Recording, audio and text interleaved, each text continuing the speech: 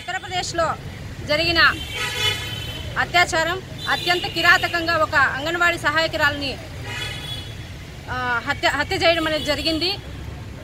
ఆ హత్యకు నిరసనగా మేము ఇక్కడ ఈ నిరసన కార్యక్రమం చేస్తున్నాము.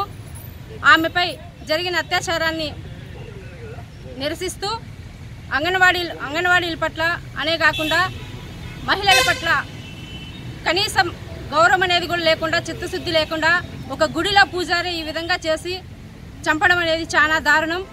ఈ దారుణాన్ని ఖండిస్తూ ఇక్కడ మేము ఈ నిరసన కార్యక్రమం చేస్తున్నాము. ఆడవారికి రక్షణ అనేది లేకుండా పోతుంది. ఈ బీజేపీ ప్రభుత్వంలో జరుగుతున్న ఈ అత్యాచారాలు అనేటివి రోజు రోజుకు పెరిగిపోతున్నాయి. ఇంతకుముందు అస్రఫ్లో జరిగిన ఒక అమ్మాయి ఘటన మర్చిపోకముందునే ఈ ఘటన అనేది జరిగింది. ఈ అంగన్వాడీ సహాయకురాలు వయసు 50 సంవత్సరాలు. వయసుతో నిమిత్తం లేకుండా చిన్నపిల్లలని కానీ పెద్దవారని కానీ లేకుండా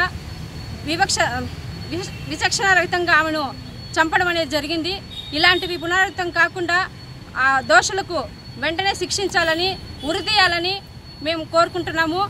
ఇది వాళ్ళకి శిక్ష పడే వరకు కూడా మేము ఈ నిరసన కార్యక్రమాలని కొనసాగిస్తామని తెలియజేస్తున్నాము.